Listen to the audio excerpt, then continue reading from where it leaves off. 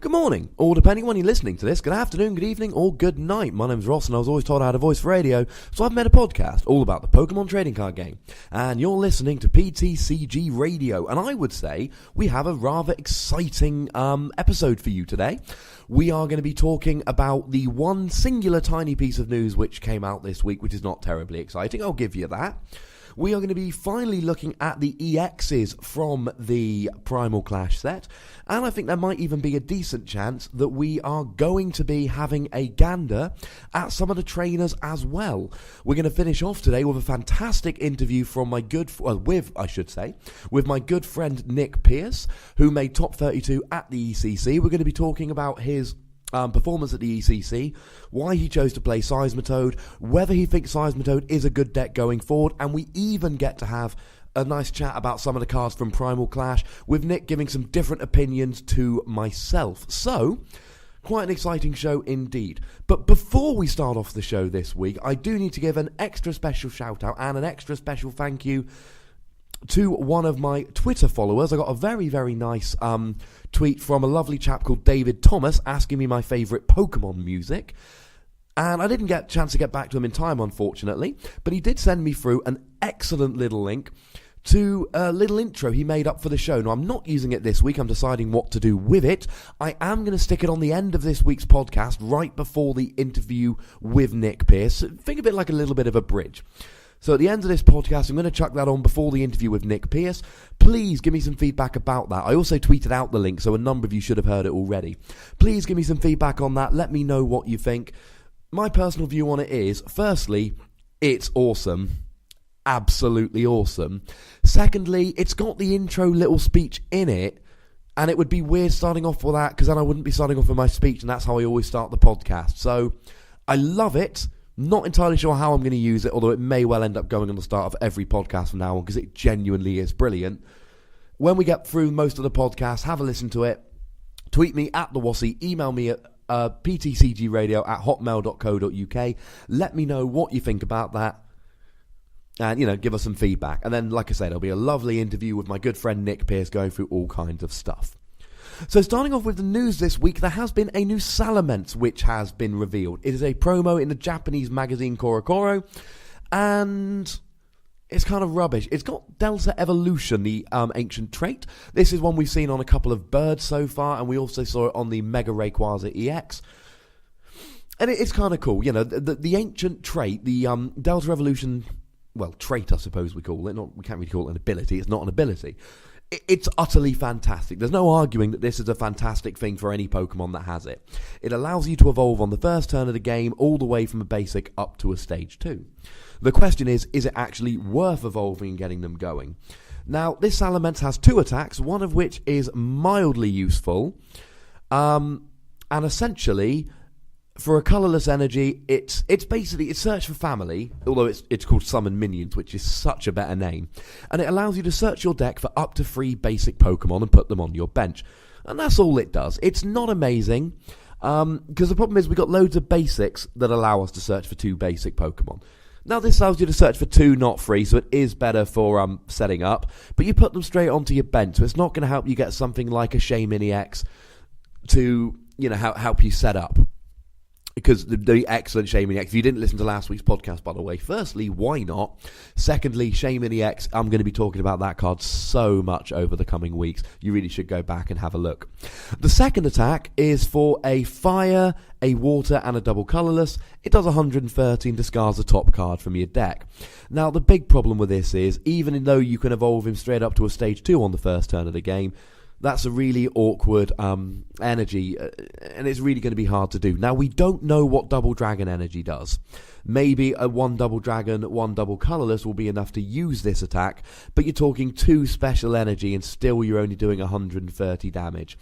So even if Double Dragon Energy is 2 of any type when attached to a Dragon Energy, which is my best guess so far, although that's purely just guesswork, there's no confirmation whatsoever, even then, and that's really the best case scenario, I still wouldn't play this Salamence.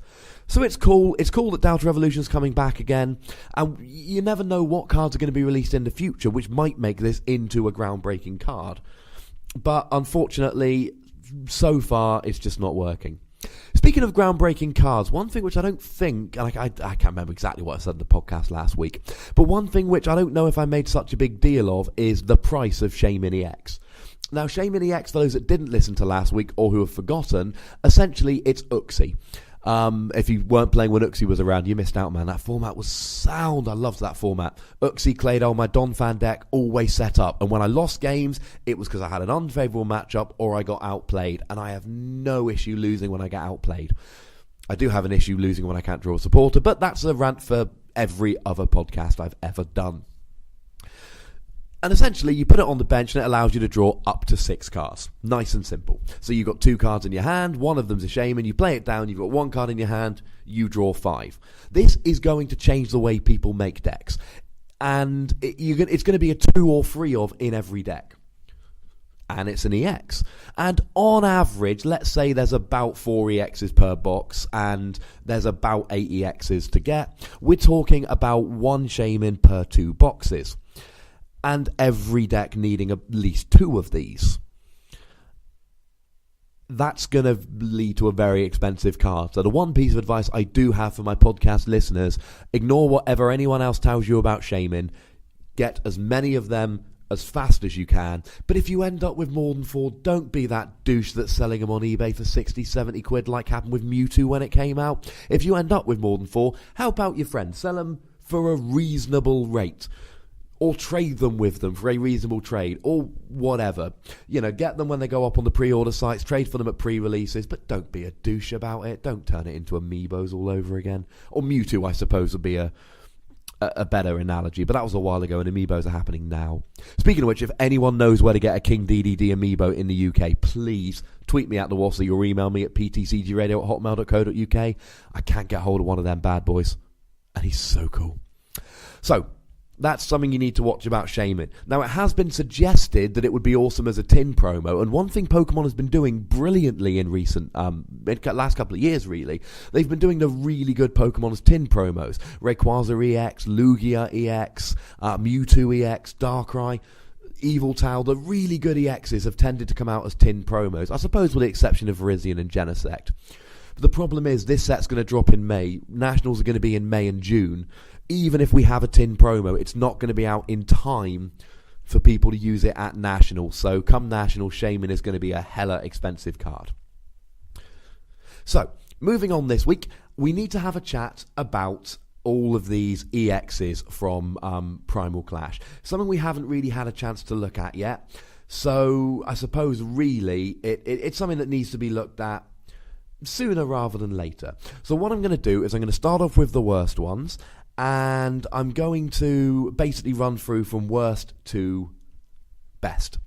Now, unfortunately, and this is inevitable whenever we have anything along these lines, there are a few of these where they're not particularly good. Some of these EXs inevitably are entirely underwhelming. And by my count, I've got 3 of them that are fairly underwhelming.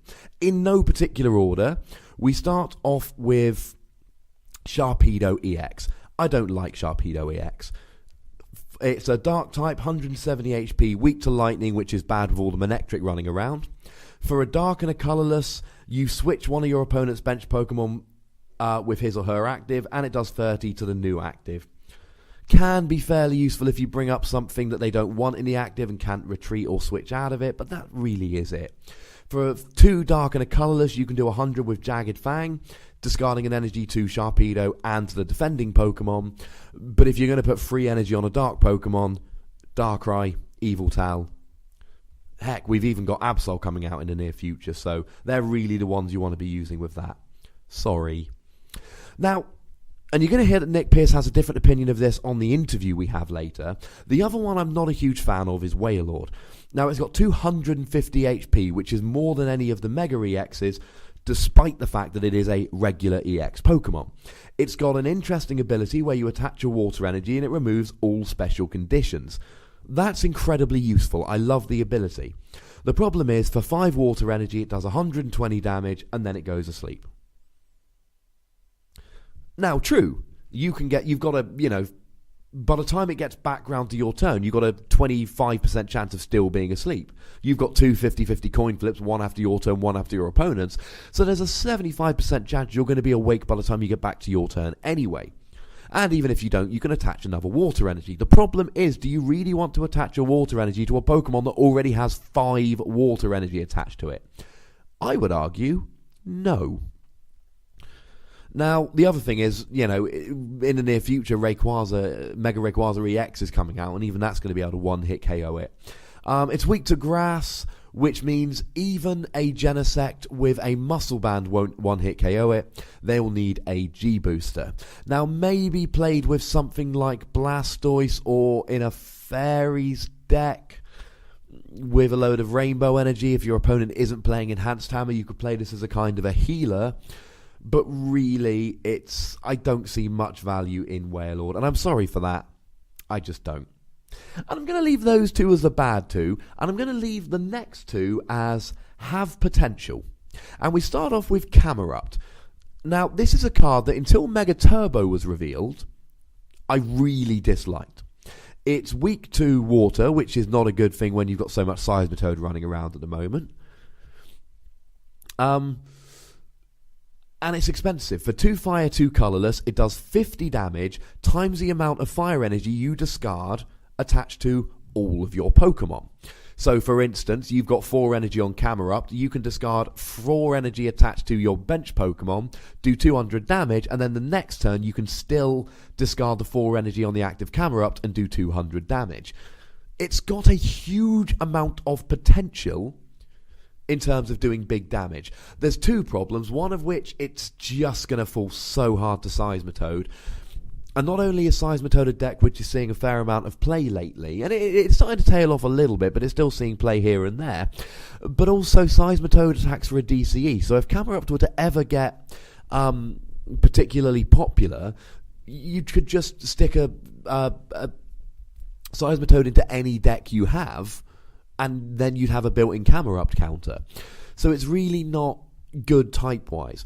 The other problem is it's ludicrously expensive. You need 4 energy on Camerupt, just to do the attack. And it's only fire energy that you can discard. So if you put 2 fire energy onto Camerupt and then put a DCE onto Camerupt, you could only actually do 100 damage because you wouldn't be able to discard the DCE. And then even if you do that, you've still got to get, all the extra energy onto the field. It's potentially a problem getting that much energy onto the field. Now, there are, as always with Camerupt, options. Option number 1, Victini EX. This has long been a card that people have been experimenting with. When Darkrai was big, there were some people that played Victini with Darkrai to get the Darkrai going up much faster. I've seen people trying to play it with Genesect in the past, but it's just not as good as Virizion. We've seen people playing it with Seismitoad, most recently on the St. Louis Regional stream. We saw a chap play it with Seismitoad, both to accelerate energy and as a Virizion Genesect counter. And we're going to mention this in a minute, but Groudon is the other big candidate for Victini. Not only that, but we've got Blacksmith, the supporter which allows you to attach 2 energy to to any of your fire Pokemon as a supporter. And we've got Mega Turbo. Now, Camerupt himself doesn't have a Mega, but you can have any Mega EX on the bench and then just use Mega Turbo. That's the trainer card which allows you to attach a basic energy from your discard pile. So you can essentially play Mega Turbo to attach to your bench Pokemon and then discard it with Camerupt's attack. Now this is far from ideal, but we've got Scorched Earth, the new stadium that comes out in Primal Clash, which is a stadium, shockingly, which allows you to discard a fire energy and attack and draw 2 cards. And, of course, we've got Fiery Torch, which is that exact effect in a trainer card. And we've got Blacksmith, which allows you to attach 2 energy from the discard pile to your active Camerupt. To any fire Pokemon. And we've got Mega Turbo, which allows you to attach to a Mega EX that you could then discard from. So there are options here. Time you bring in Shaman as well, and you can almost get to the stage here with, through Fiery Torch and Scorched Earth and Shaman, you can be drawing, 10 or 12 cards per turn without too much difficulty, while putting cards in energy in a discard pile, and then, essentially run 4 Blacksmith, 4 VS Seeker, and be blacksmithing, in theory, every turn, and Mega Turboing again and again. And let's not forget that if you pop a Dowsing Machine as your ace spec, and computer search is going to be not needed as much if you're drawing with trainers and stadiums and you've got Shaman, then you combine all of that together and Camerupt could potentially start working. So if you could run a trainer/Shaman based draw with Camerupt while using Blacksmith as your supporter every turn and doing a one-hit KOing EXs every turn, and you put a muscle band on Camerupt, you only need to discard 3 energy, that's a Blacksmith and a Mega Turbo every turn, in order to do 170 damage. So why is it in the maybe pile rather than the good pile? That's a hell of a lot of setup. Now, if I'm running a Mega EX to Mega Turbo, the one I'm most going to want to run is Rayquaza, Mega Rayquaza EX, because it's got Delta Revolution, so I can get him going in one turn, and I can Mega Turbo onto him. But if I'm Mega Turboing onto Mega Rayquaza EX, why don't I just run DCE and attack with Mega Rayquaza?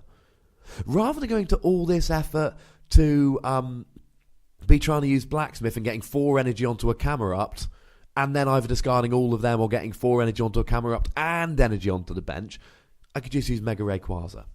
I foresee a possibility that this Camerupt could be really, really good in the way I've mentioned. Scorched Earth plus maybe Fiery Torch plus Shaman gives you draw energy while discarding fire energy, and then you just use Blacksmith every turn and Mega Turbo to get enough energy onto the field that you're attacking with Camerupt every turn. The problem is Mega Rayquaza takes 1 energy in a DCE, and that's a lot less setup, and you can potentially not discard... Well, you can not discard any energy, and, potentially be doing even more damage than that. So Camerupt goes in the maybe pile. I foresee a deck which is awesome with him in, but I think it's a lot too much like hard work. Speaking of cards which have the potential to be good, but I honestly don't think we're going to be seeing them taking over the competitive format, Aggron and Mega Aggron EX.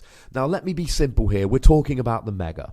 Regular Aggron has Steel Headbutt for a metal and a double colourless, doing 50 or 80 if you can flip heads, and 60 plus 10 more damage for each damage counter on Aggron for 2 metal, 2 colourless. So let's take Aggron out of the picture and go straight to Mega Aggron. 240 HP, now we're talking. Weak to fire, which is fairly good at the moment. Pyral's dying out. Those Charizard decks are long gone. They didn't last very long, did they? And nobody's really playing a huge amount of fire Pokemon at the moment. Is going to potentially be... Victini EX could be a problem, but if you Mega Evolve, Victini EX isn't even one-hitting you, because he's only doing 200 damage. Well, only 200. It's not enough.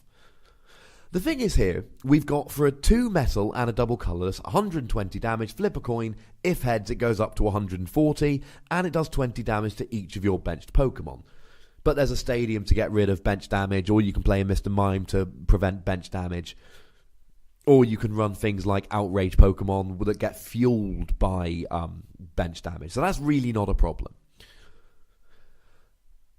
And we've got Fliptini in the format because it was reprinted in Legendary Treasures of Victini. It has an ability that allows you to redo a coin flip. So instead of having a 50% chance of doing 240, you now have a 75% chance, 50 and 50 to 75%, of doing 240 damage, which will KO Mega EXs. Won't quite KO Wailord, but we're KOing Mega EXs. Now let's remember that we've got Bronzong in the format, which allows you to accelerate metal energy onto Aggron or Mega Aggron, and that you can use a DCE. So with 2 Bronzong on the field and a DCE, you can get Mega Aggron EX going in a single turn. Now, he does have a Spirit Link, so you don't end your turn when you evolve, but unfortunately he doesn't have Delta Revolution, so you still got to have him down for a turn before you can Mega Evolve him. So, there's a bit of setup here. I like this more than I like Camerupt. Purely because you're still doing the kind of 4 energy, 1-hit KOing anything, but there's slightly less setup. But having said that, you're still going to need a couple of Bronzong on the field. You're still going to need to have a Victini on the bench, and you're going to have your Mega Aggron down, and you're going to have to draw into your DCE. It's still quite a lot. Now, you've already got the Dialga, which for the same energy cost and a Muscle Band will do 170. That's not as good as Mega Aggron, but hopefully you can see where I'm going here. I like it, it has potential, and I would not be surprised at all if I heard that people were taking down state championships with this card. I really wouldn't. But there seems to be a bit too much setup, and of course you're still slightly reliant on a flip. 1 in every 4 times you try this attack, on average, you're going to fail the flip and only do 120. So I like Mega Aggron. The other way you could potentially play him is in a Fairy style deck, but that would involve having 2 Rainbow Energy on the field that weren't enhanced hammered off, and then drawing into a... Oh no, you wouldn't need a double colourless, you could just have 2 Fairy Energy. So you can run a Fairy deck, and if your opponent isn't playing Enhanced Hammer, you can keep, 2 Rainbow Energy on the field and use him that way, in the same way people were using Mega Kangaskhan in the earlier Fairy decks. So, there are 2 possible ways to play Mega Aggron. I like him. I want him to be good. I'm just not 100% sure he's going to be good. So there's the 2 I'm not particularly keen on, and the 2 maybes. Now there's 3 which I think potentially could be good, and this time I am going to go in order.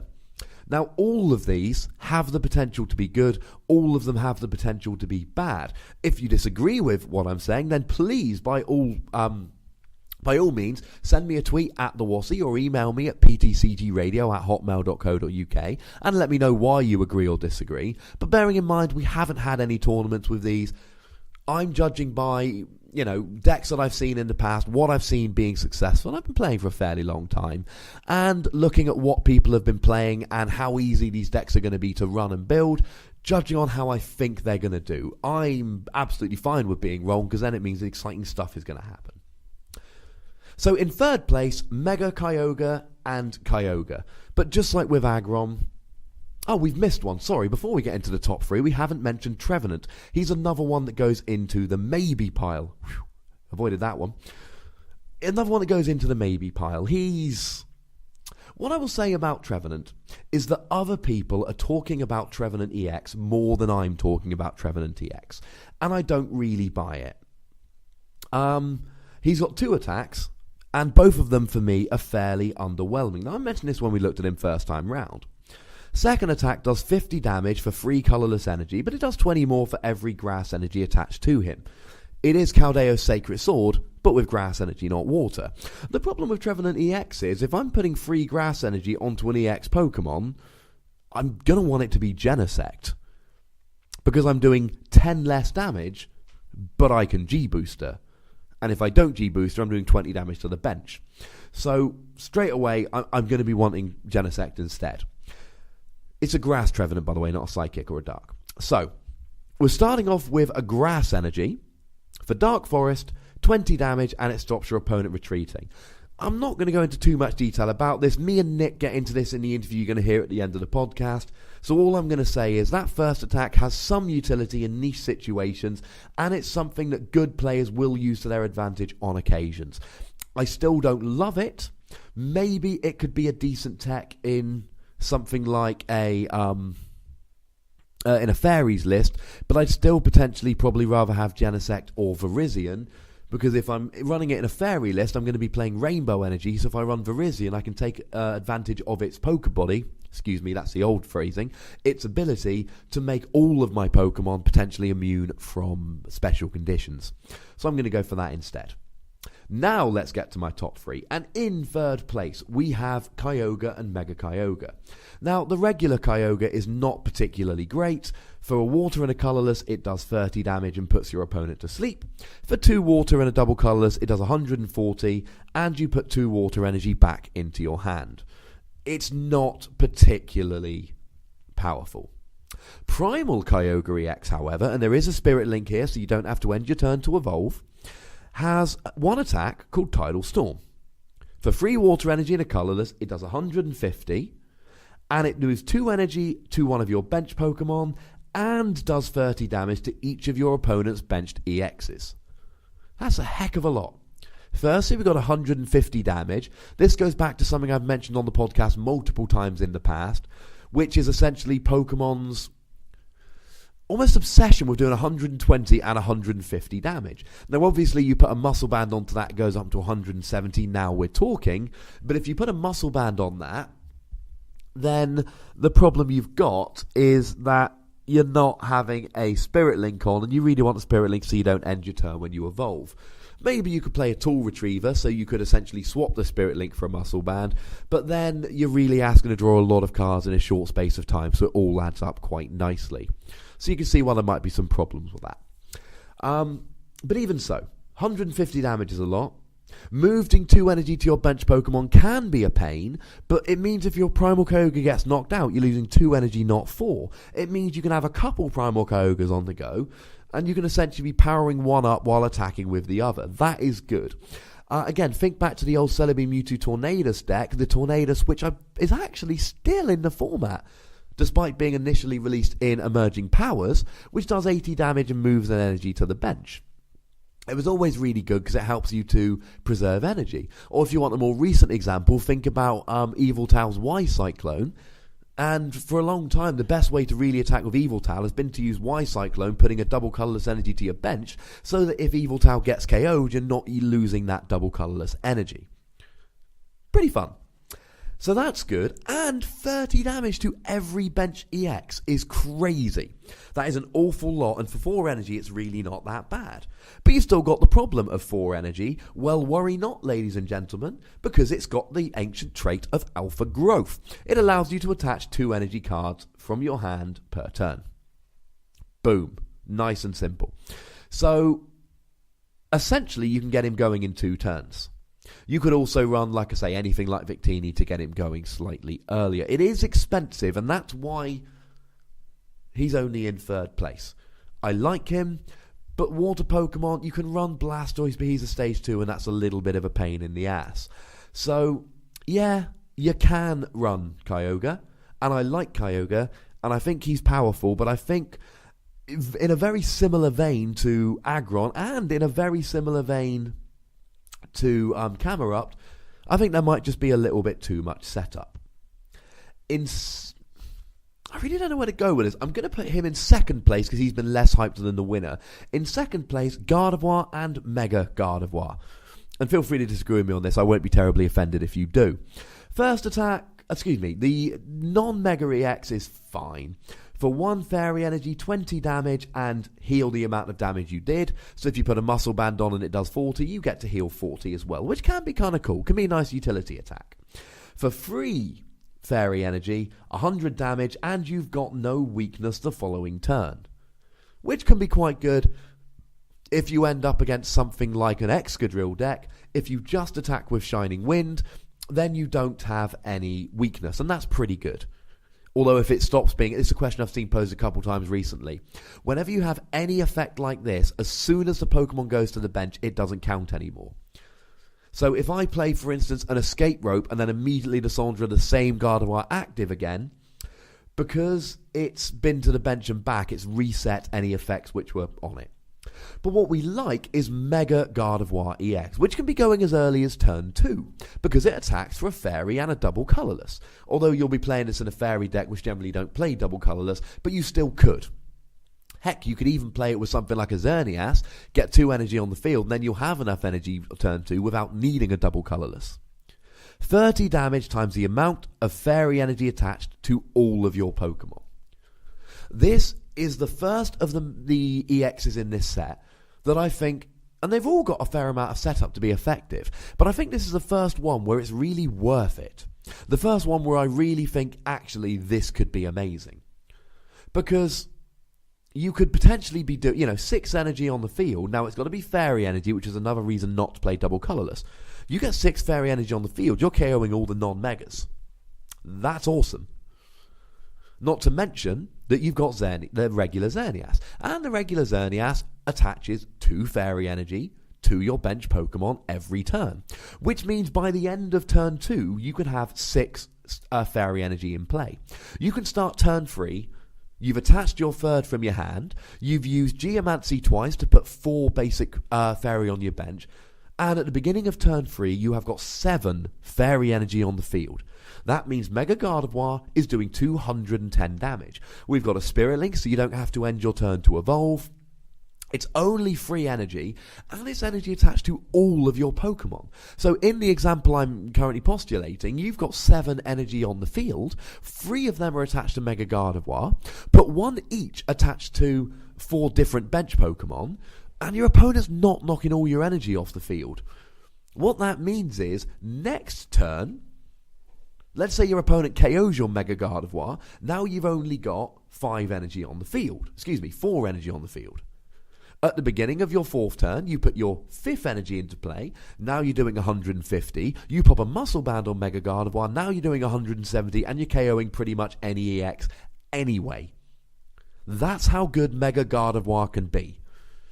I like this. And heck, even if they KO that Mega Gardevoir, you can still be attacking with a 3rd one the following turn, because you can have free energy in play then. Now, this relies on a bunch of stuff like all of them. It involves on using Xerneas to have Geomancy going for 2 straight turns at the beginning of the game, which isn't actually that difficult. And it relies on your opponent not taking any KOs and knocking any of your energy off the field. But this is still crazy, crazy good. This is going to see some play. This is the first one of these EXs which I really think you will see played and you will have to look out for. And it can be insanely powerful. We've already seen Fairy decks doing well. Think of Emmanuel de Silva's 2nd place at the ECC with his Fairy deck, using a combination of Jamming Net and Hard Charm. You've got Aromatisse, which moves your energy around to put it where you need to be. You've got Max Potion, which in Fairies is absurdly overpowered. And yeah, this could be amazing. And this could very easily be the best EX in the set. Like I've said, I like the idea of Mega Ragron. I think Camerupt has potential. I really like the attack of Primal Kyogre. All of them take a little bit too much setup.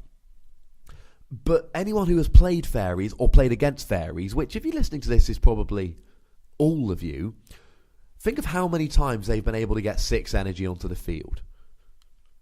Quite often. Heck, I've even seen a bunch of Fairy decks being played with Mega Manectric, so they can either Geomancy or Mega Manectric. And let's not forget, ladies and gentlemen, that you've still got Xerneas EX to attack with. You've still got regular Xerneas. You've still got Mewtwo. You've still got Yveltal if you want to run a couple of Rainbow energy. You've still got an awful lot of attackers you can use, and then just use Mega Gardevoir to clean up the game. You don't have to only be attacking with Mega Gardevoir. Just so we're clear. And if you've looked at Primal Clash, you know that means, in my opinion, as it stands at the moment, and this is of course subject to change, the best EX in the set is Primal Groudon. Once again, the regular Groudon is not particularly great. We've got Fighting and a Colourless doing 30 damage and discards an energy attached to your opponent's active Pokemon if you can flip it heads. Meh. For free Fighting and a Colourless, it does 130. It's not great. But that's not why you're playing it. You're playing it for Primal Groudon. Primal Groudon has 240 HP. That's amazing. It's also got Omega Barrier. This is its ancient trait, which stops effects of all trainer cards. Now remember the redesignation that happened a couple of years ago? Trainer cards means it means your supporters and your items. Now, the card reads excluding Pokemon Tools and Stadium cards, so you're essentially talking here about items and supporters. What that means is, Hypnotoxic Laser doesn't affect Primal Groudon. Crushing Hammer and Enhanced Hammer don't affect Primal Groudon. Primal Groudon cannot be Lysandred or Pokemon captured from the bench into the active. So if you put Primal Groudon on the bench, let's say with a weakness policy attached, because it's weak to grass and that is a problem, you don't need a G-Booster to KO it with Genesect. Genesect with a Muscle Band will do 240 and KO it. So let's say you put a weakness policy onto him to take away the weakness. Or maybe you put an EXP share onto him so that you can, get him set up a little bit faster. And let's say you put a couple of strong energy onto Primal Groudon and you build him up on the bench. There's going to be no Startling Megaphone to get rid of the weakness policy, no Enhanced Hammer to get rid of the strong energy, and there's going to be no there's going to be no Lysandra to bring it into the active. That, ladies and gentlemen, is powerful. Its attack, just as good. 4 energy, 100 damage. If there's a stadium in play, it does 100 more damage. And you discard the stadium. There's been a few opinions of this I've seen running around. Primal Groudon, I'm playing Scorched Earth, because it helps you set up. It's the same one I talked about with the fire Pokemon. It allows you to discard a fighting energy and draw 2 cards. It helps you to set up. You need a stadium. That's the one I'm playing. Now, the only real downside to Primal Groudon is the fact that it takes 4 energy. And I believe me and Nick get into this a little bit in the interview, but it's not the first Primal Groudon, it's the second Primal Groudon that's going to be a problem. Because when Primal Groudon goes down, you're going to need a second one ready to go. And there's really 3 options I've seen for getting Primal Groudon EX up and running. Option number 1, regular Landorus. 1 energy, 20 damage, and you get to attach a fighting energy to one of your bench Pokemon. That means essentially, turn 1, you attach the Landorus, and then you attach the Primal Groudon with the attack. Turn 2, you attach the Primal Groudon, and you attach a second, third in total, using Landorus' attack. So at the end of turn 2, if you've drawn perfectly, there's 4 energy in play, 2 from your hand, 2 from Landorus' attack, and 3 of them are on your bench Primal Groudon. At the beginning of turn 3, you attach your 4th energy to Primal Groudon, and off you go. Option number 2, Robo Substitute. Your opponent cannot Lysandre a Primal Groudon into the active position. So once it's on the bench, it's essentially staying on the bench. What that means is you can just stick a bunch of Robo Substitute up there and just let your opponent kill them because they're not taking any prize cards while you build up Primal Groudon EX on the bench. Option number 3, going back to something I've mentioned a couple times already, Victini EX. You run it with Victory Piece and maybe even with a Fire Energy or 2. Remember, that would also help you with Scorched Earth. Although you couldn't then, I believe, attach it with... Well, you wouldn't want to attach it with Landorus because it wouldn't be a fighting energy. And the thing about Victini is that you can use Victory Piece, and it actually helps with Virizion Genesect, which is your weakest matchup because of Groudon's grass weakness. But, so, you know, you run Victory Piece and it KOs Virizion straight away. It can be megaphoned, unfortunately, but, you know, you'll still get 1 KO at least, you should, and then it will buy you more time to set up Groudon. But of course, Victini's first attack allows you to attach 2 basic energy to the bench, and that's going to get Primal Groudon up and running even faster than regular Landorus would.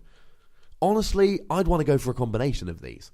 Maybe 1 Victini with Victory Piece, because again, if we're running Scorched Earth, we can afford to live without computer search. Maybe 1 or 2 baby Landorus, and then a couple of Robo Substitute. I'd want to give myself the options here. But they're the 3 best ideas I've heard or come up with concerning getting Primal Groudon going nice and early. And that, ladies and gentlemen, or those I should say, are the EXs from Primal Clash. Lots with potential, 2 that I think you will need to be prepared for in the upcoming tournaments. Now, we haven't really got time to go through loads of loads of stuff today. What I am going to hit on is I'm going to hit on the Pokemon tools and the stadiums. And then we'll get into the other Pokemon and the items and supporters next week, when we should have a little bit less going on, although we really should talk about some results next week.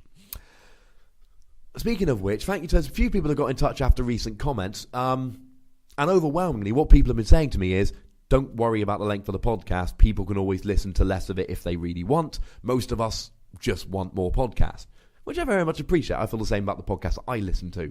I do sometimes feel a tiny bit self-conscious about the length of these podcasts, but truth be told, I've never actually had someone tell me it's too long, and I've had multiple people tell me to stop apologising about the length, so I'm not apologising about the length this week.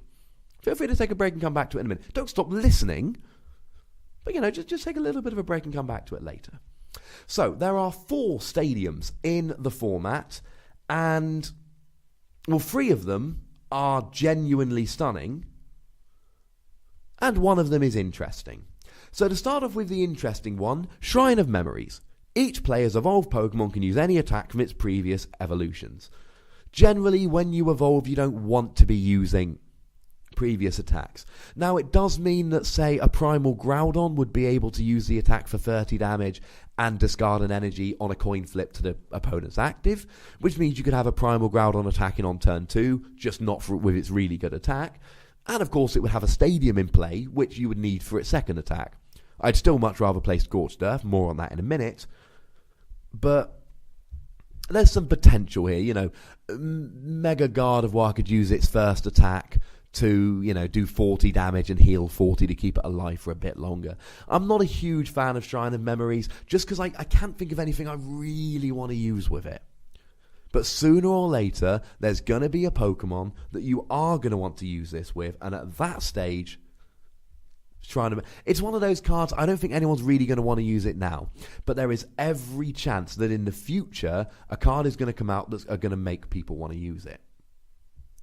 The other 3 stadiums are all brilliant, and when I get a chance, I'm going to make some videos on my YouTube channel. Speaking of which, either today or tomorrow, my Excadrill deck breakdown is going to be going up.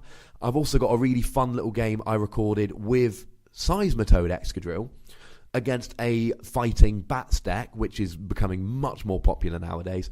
Both those videos will be going up in the next few days. You'll also notice that I'm now, by tonight I should be either up to date or almost up to date on YouTube with the podcast. So YouTube is making a comeback. Although since I started going back up to date, I've lost 10 subscribers, and I don't know why, and this makes me sad. So, a bit of homework. Go find me some new subscribers, please. Rough Seas then. Once during each player's turn, that player may heal 30 damage from each of his or her water and lightning Pokemon.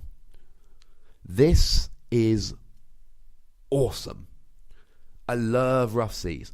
You're playing something like Seismitoad, you can heal 30 damage per turn. Or Primal Kyogre, or Manectric, or whatever the hell you like. Now, to be fair, the only problem with Rough Seas is essentially, by the way, the videos are just going to be about all the good stadiums out, in the case I didn't make that clear. The only downside with Rough Seas is, if I'm playing Seismitoad, I'm really going to want to use Burbank City Gym. Same thing if I'm using Manectric. So, most decks already have a stadium they want to use. But if you've got a stadium with entirely or predominantly water or lightning Pokemon, Rough Seas really should be in consideration as a stadium to play. Even as kind of a one-off, just to use occasionally. Worst case scenario, you pop it down once and heal 30 damage from all of your water or lightning Pokemon. Best case scenario, it stays in play for as long as you want it to. And that's if you just play a one-off. Moving on to awesome stadiums, one I've mentioned a few times already this podcast, Scorched Earth. Once during each player's turn, that player may discard a fire or fighting energy from his or her hand. If that player does so, he or she draws 2 cards. One brief note there, it forces you to draw 2 cards. It doesn't say may draw 2 cards, so be careful you don't play this with 1 or 2 cards in your deck and deck yourself out. Obviously, you won't deck out until the following turn, but it's something to bear in mind. I would play this in every fire or every fighting deck I ever play. Which is kind of annoying, because up till this format, I only ever played fighting decks. Now, for some reason, I'm not playing them very much, despite the fact they're now better than they were. And what is awesome about this card is it adds consistency, and that's what you always want. Now, I know fighting decks are really going to want to play Fighting Stadium. I understand that entirely. But you need 1 or 2 of these and 1 or 2 Fighting Stadium, because this gives you early game consistency like no other. Now, true, the good fighting attackers, I'm thinking Landorus EX, Lucario EX, and Horlicher, non-EX, they all attack for 1 energy anyway, so maybe it's so consistent you don't need the extra consistency. But certainly something like Groudon, I would play this in. This is an amazing card. It's a stadium which acts as consistency and draw power. It's brilliant. I see no reason not to run this, unless you're running, a really consistent fighting deck anyway, all of 9 or 10 supporters, like most people are. In case you didn't get that, I disagree. I think you should be playing more supporters than 9 or 10. But, if you're playing a deck that genuinely doesn't need the extra consistency because you're attacking on turn 1 and you really want the Fighting Stadium, then absolutely, play Fighting Stadium instead. But really, Scorched Earth is the one for me. And the final stadium we've got here is Silent Lab. Each basic Pokemon in play, in each player's hand, and in each player's discard pile has no abilities. No abilities on basic Pokemon. Now, hopefully you're already seeing some options with this. Virizion Genesect. Oh, now you can't Red Signal, and you haven't turned off abilities. That's pretty nice. It's going to shut off Shaman when he comes in. It stops your opponent using Jirachi, for instance. Lots of good abilities on basic Pokemon. And I love this card because it doesn't shut off Aromatisse. It doesn't shut off, any of the things like Blastoise if it was still being played, or the new Ninetales which stops stadiums being replaced, or Slurpluff. Stage 1s and 2s of abilities we like because there's a risk and reward there. Basic Pokemon with abilities are a pain in the neck. Silent Lab, nice and easy, it only shuts off basic Pokemon's abilities. We like Silent Lab, it's a very good card, and it can really, really help you against something like Vrizzy and Genesect. And the reason I keep bringing up that deck is because it generally doesn't play counter stadiums, which is going to help you a lot. Now, I said I was going to also look at the Pokemon tools from the set, and that's kind of cheating. We've got Spirit Links for Aggron and Groudon and Gardevoir and Kyogre. Spirit Links are good, they stop you ending your turn. If you're playing the Megas, you need to play the Spirit Link. There we go. But there are two others. We have a reprint of EXP Share. And this reprint of EXP Share, it's awesome. We haven't had this since it was rotated when the last rotation happened, because it was in Dragon Vault, and that was the most recent one we had. Speaking of which, those shiny Dragon Vault ones, they're back, baby. You can use them if you wish. And this is just really, really good. Now, you're not going to need it for something like Tool Drop anymore because you've got Dimension Valley. But any expensive Pokemon is going to benefit from this. Something like a Groudon, something like a Kyogre, something like an Aggron maybe even, something like a Camerupt, whatever. You can use this to get your Pokemon up to speed much more quickly. Yeah, Startling Megaphone's going to get rid of it, and that's a pain, but this, we all know how important energy is, and energy acceleration, and energy conservation. EXP Share can really help with that. And the final the final tool, and this is a new one, Weakness Policy. The Pokemon this card is attached to has no weakness. Now, weakness is a huge part of the game, and there's constantly new ways of getting rid of weakness that nobody's using. There's always seems to be a stage 2 in the format that gets rid of weakness. This has a chance. If you're something like, like I say, Groudon is going to be excellent for Weakness Policy, although it would also be excellent for EXP Share. Because Weakness Policy essentially allows you to have a Groudon which cannot be KO'd by Vrizzy and Genesect, at least in one turn. G-Booster doesn't do enough damage, and they're not hitting for weakness. That's pretty darn tasty. Now, the problem with Weakness Policy is a problem with some of these stadiums I've just mentioned. If I'm playing Seismitoad, I would love a Weakness Policy for Vrizzy and Genesect. But, well, I really want Muscle Band in Vrizzy in a Seismitoad deck. And I really want it in Groudon, but I really want an EXP Share. And I really want it from a Nectric, but I really want a Spirit Link. And this is the problem. Now, we have got Tool Retriever, which allows you to take a tool from your Pokemon and then attach a different tool instead. But you need to have the tool you want and the Tool Retriever in your hand at the same time. So there's a lot of potential with Weakness Policy.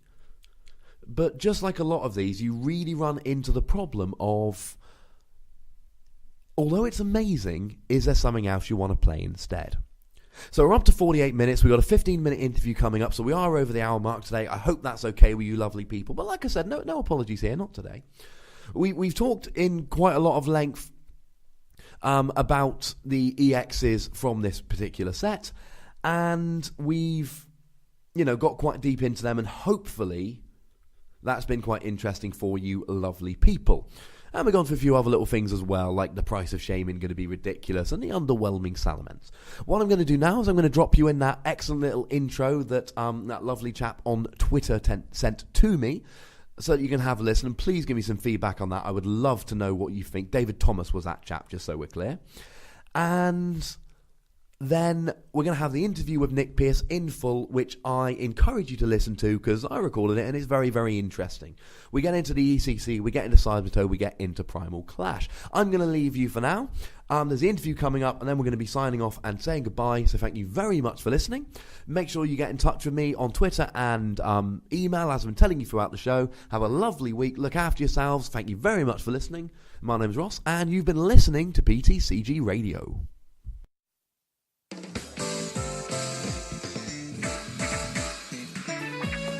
good morning, or depending when you're listening to this, good afternoon, good evening, or good night. My name's Ross and I was always told I had a voice for radio, so I've made a podcast all about the Pokémon trading card game. And you're listening to PTCG Radio.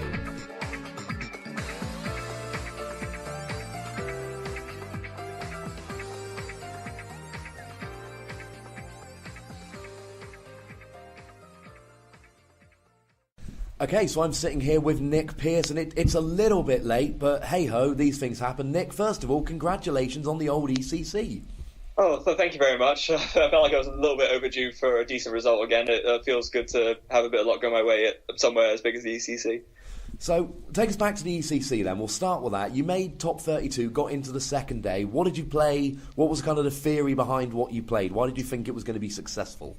Okay, well, I played the deck which I've basically been playing I'm still playing now for every single tournament apart from the first tournament of the season, which is Manchester Regionals, and that deck is Seismitoad Garbodor, just those two, and then I'm with Jirachi originally, but for the ECC, I came to an interesting decision, and I actually decided to cut Jirachi from my list, just for the ECC. Why would you do that? Okay, so the night before, I stayed over at, Emmanuel da Silva? I'm aware, the guy who can't stop winning tournaments in the UK, and might now actually be playing in UK Nationals, to all of our sadness. Yeah, he is. Well, he's a good friend of mine now. I sort of befriended him over the course of the past few tournaments. He sort of joined the testing group, which I am in, with sort of Jake Wolvin, Adam Hawkins, Sam Taylor, and them lot. He's sort of part of that mini team, as it were. We were talking about it the night before, and he basically said to me something which was very interesting, which I agreed with. In a big tournament like the ECC, you need variance to go your way in order to make the top 32, because it's a huge tournament, there's going to be some luck involved at some point. And because of that, getting that luck and drawing, as in not running hots and not drawing supporters, you have to just sort of hope that won't happen, and then sort of the mitigation that you get from not being able to start Jirachi, especially in a deck like Seismitoad Garbodor, where you only have 6 basics anyway, and then opening Jirachi is fairly likely. It just means that in a big tournament like the ECC, it makes more sense to not play Jirachi. I probably don't explain it as well as Manuel did, but that was the basic reasoning behind it, and it paid off in the end. No, I get the theory there. If you're going to run weak, you're going to run weak. You don't want to lose a couple of rounds starting Jirachi and go out from day 2. It makes sense. Yeah. So why Seismitoad Garbodor? It wasn't, from what I understand, it was moderately popular among UK players, but I heard it wasn't that big amongst a lot of the kind of good players from the other European countries. Yeah, that's 100% correct. Again, Emmanuel was talking about this to me whilst I was over there. For some reason, the only Toad variant that's seen recognition in the rest of Europe is Slurpuff. But the fact about Toad Garbodor is that it beats all the other random stuff that you just don't want to deal with. And in Europe, a lot of people play random stuff. It's just, you'll see the random Pyro decks coming around and, all this other stuff. And even though Virizion Genesect is normally the deck's worst matchup, it's just the deck you can't beat. With Garbodor, you actually have about, let's say, 30-70 chance of beating it, as in 30 to you, 70 to the Virgin player, because if you get a very nut start with a Headringer on their Virizion, Floatstone on your bench, Trubbish, DCE, Muscle Band, and everything, you can actually just stop them from Emerald Slashing, and then you can actually win. I've yet to lose to Virizion Genesect playing Seismitoad Garbodor online, and I've yet to beat it in real life in a tournament, which, yeah. I get the theory. It makes me sad, though. It doesn't happen in real life. Hey-ho. So tell us about the tournament as a whole. Am I right in thinking, was it a 9 rounds? Yeah, 9 rounds. It was like the 2014 ECC, although, if I will say, it was a lot better organised. I think they didn't quite realise the scale of what was going to go on, because in 2014 it was the first time where they switched to the new system, where they had the 9 rounds of Swiss and then the extra 5 rounds on day 2 and all of that. This year they got a bigger venue, everything ran a lot more smoothly. The only time there was a major delay was with the start of round 1, where we had no idea what was going on. But do you remember, were you there at the 2014 ECC? I can't remember. I was. That was a Flareon year. Oh yeah, of course, you top 8'd. What am I saying? Well, someone's got to mention it. I didn't want it to be me. Yeah, well, I just did it for you. So as you remember, that went on for ages, and day 1 didn't finish until, 1, 2 in the morning? I think Swiss finished at about 1:45 in the morning, and then we ended up hanging out in the bar and getting home at 3 a.m. Yeah, that was it. Well, this year, the day 1 Swiss actually finished before midnight. Wow. Yeah, so they obviously learned from last year, and the venue was so much nicer as well. There was a really nice sort of bar where it wasn't actually, it wasn't in a separate building, but there's like a spectators area, and you walked up some stairs, and the bar was right there, and they were doing the usual sort of, Dutch toasties and chips and all that, and they were all really good quality and not that expensive food, and it was really nice. That sounds pretty sweet. So what was your record in Swiss? Did you cut high? Did you kind of sneak in? I cut smack bang in the middle. I finished the day 6-2-1 of day one. I finished, and I finished the highest of the 6-2-1. My resistance was amazing. It was 70-something%. That's quite crazy. And there's a thing that, a lot of our American friends probably don't realise is that if you're in Europe, it's the one tournament of the year where you get to do the whole day 2 top 32 thing. Whereas most of the states and regionals in the US end up getting there. Over here, we don't. Even nationals isn't big enough. It's literally the ECC is the only one you have a chance to take the 2-day. Yeah, I do wonder if the UK nationals ever got big enough, whether if they would change it to like a 2-day event with the Swiss and everything instead of just putting the top cut on day 2. Nah, you'd need about twice as many players as we had last year. And that was a big nationals last year. So, day 2, not expanded, just regular format. Tell us about day 2. Do I have to? Oh gosh, I had the opposite of what I had day 1, where there was decent game supporters at the right time, and all I recall was game 1 I go up against day 2. I go up against Veltor, and I just had 2 supporterless games and lose. And that sort of pretty much signaled how the rest of the day went. The match after that, a similar sort of thing happened. Round 3, game ends up going really slowly, and we can't finish it out, so it ends up being a tie. And then I go up against Virgin, and I almost managed to get game 1 against Virgin, but he manages to just pull out and get an Emerald Stash and then take game 1 and game 2.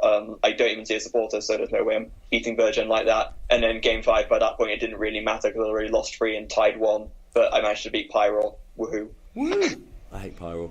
Which does beg the interesting question. You've talked about the kind of getting variance in your list and not playing Jirachi to maybe, in a weird way, give you a leg up on the competition to get into day 2. But it sounds like a lot of your problems in day 2 are actually due to a lack of supporters. Do you regret not... You said that was the only tournament this year you haven't played Jirachi, which, of course, presumes that you've gone back to playing Jirachi since. Do you think you made the right decision? Do you think you would have done as well with Jirachi in there, but then maybe had a run in day 2 because of the lack of supporter droughts? I think it's hard to say. If I could actually... The ECC was a while ago now. If I could sort of remember better what my hands were actually like, whether Jirachi would have helped in those situations, then maybe so. But I don't think I think if I were to make the decision again, I think I would still do it the same, because... I was originally going to play it. It was a last-minute decision to cut Jirachi, but it was just after that discussion with Manuel and him saying, again, like I said, you need to have variance go your way anyway, so Jirachi will not save you as much as other games, need to go well without it. Well, I've been through the logic already. But, I think if I were to do it again, I would keep the same list.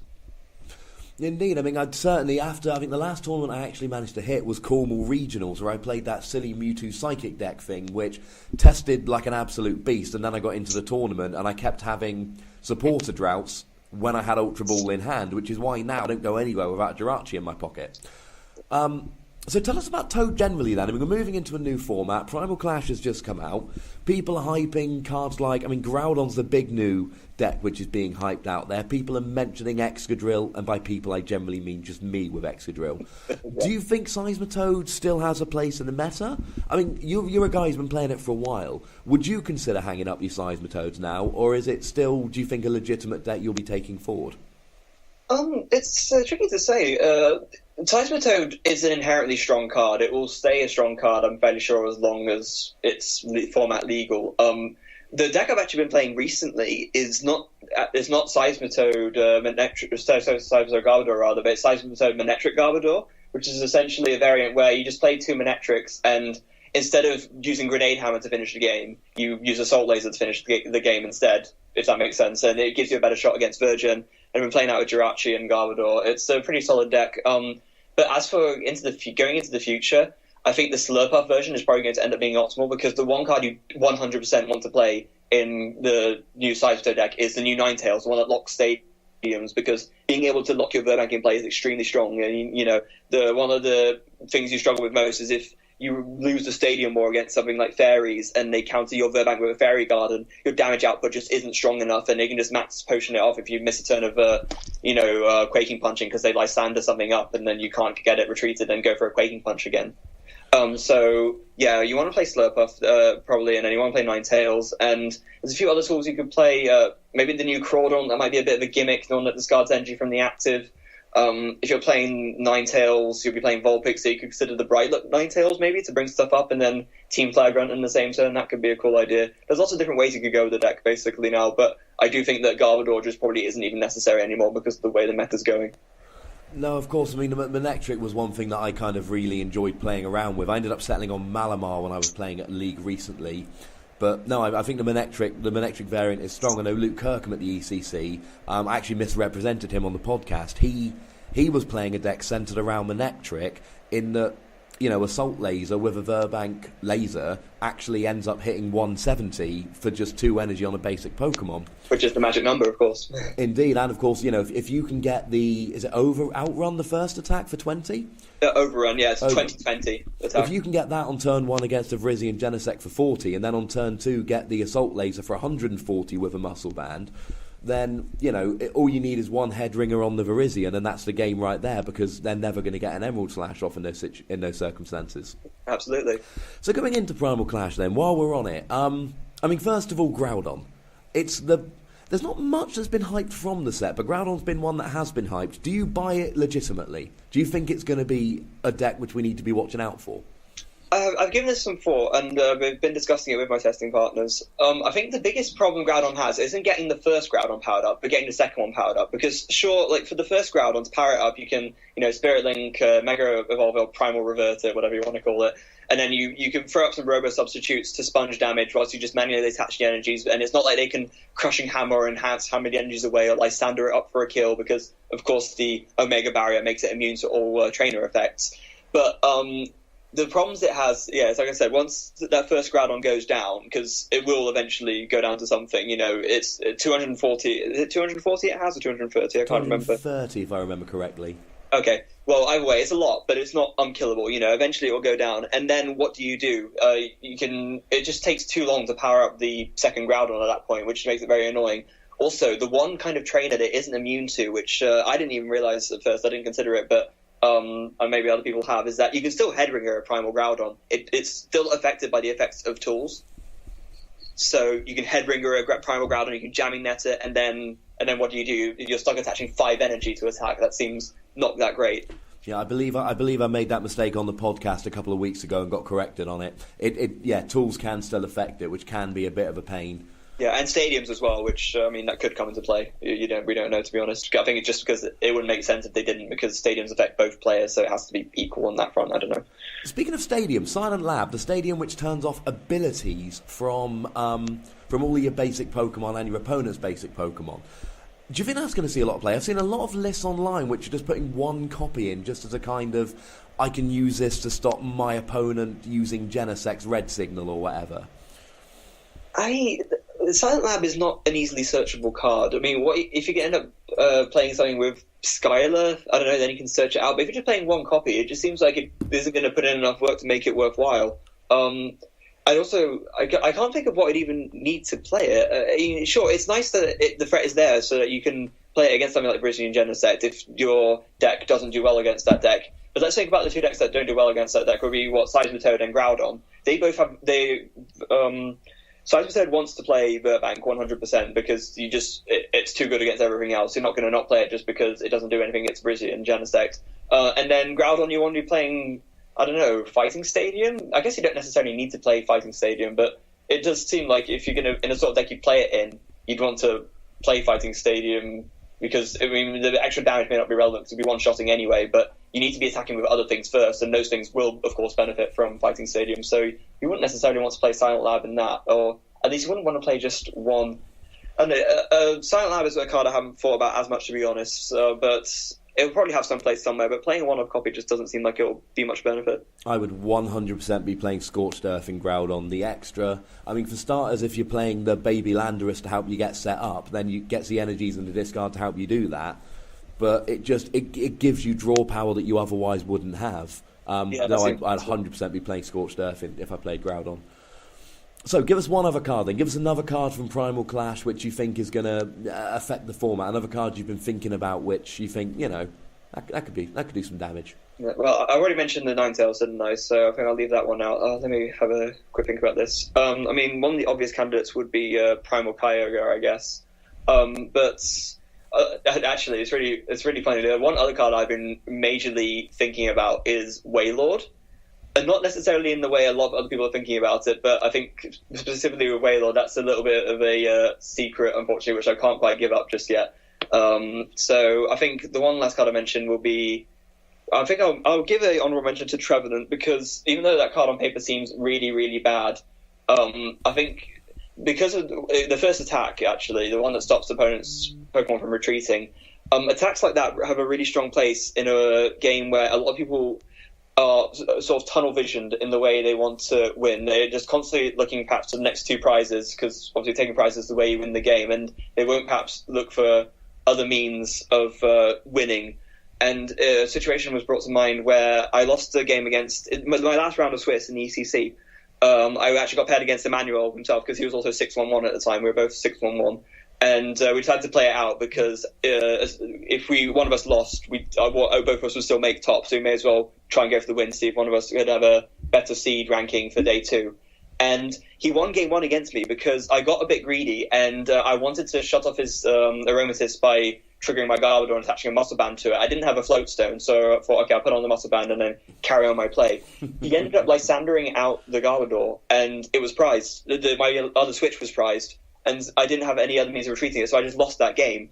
Emmanuel even mentioned about how against other decks he would win just by Lysandering out something stupid once the opponents burnt their resources, and using... There's a clef key that you use to increase dart resistance, and its attack stops retreating. And so... sorry, that was a bit of a long tangent, but going back to Trevenant, that first attack locking stuff from being able to retreat, against people who perhaps don't know what they're doing as well, it can just win games just by...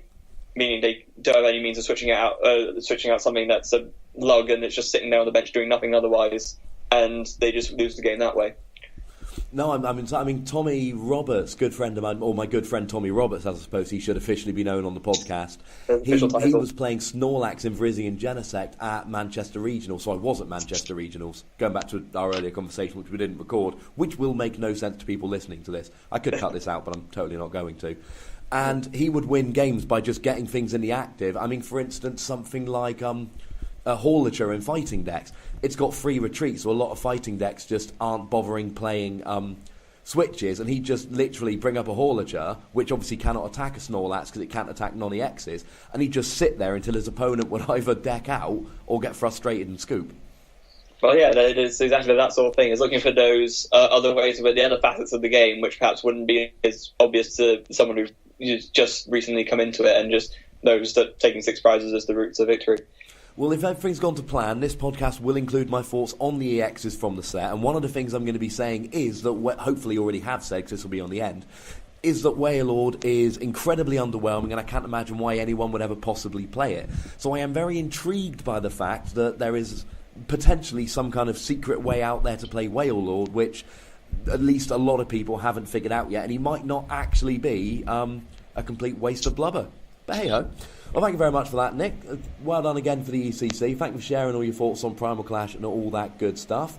And I suppose good luck for future tournaments. Thank you very much. Hopefully I'll be able to get my Worlds invite before Nationals, because I actually won't be able to play Nationals. I'm going to be there, but I won't be able to play, and hopefully everyone listening will find out why very soon. Superb. Well, I look forward to sharing in that as well. Have a lovely day, Nick. You too, man.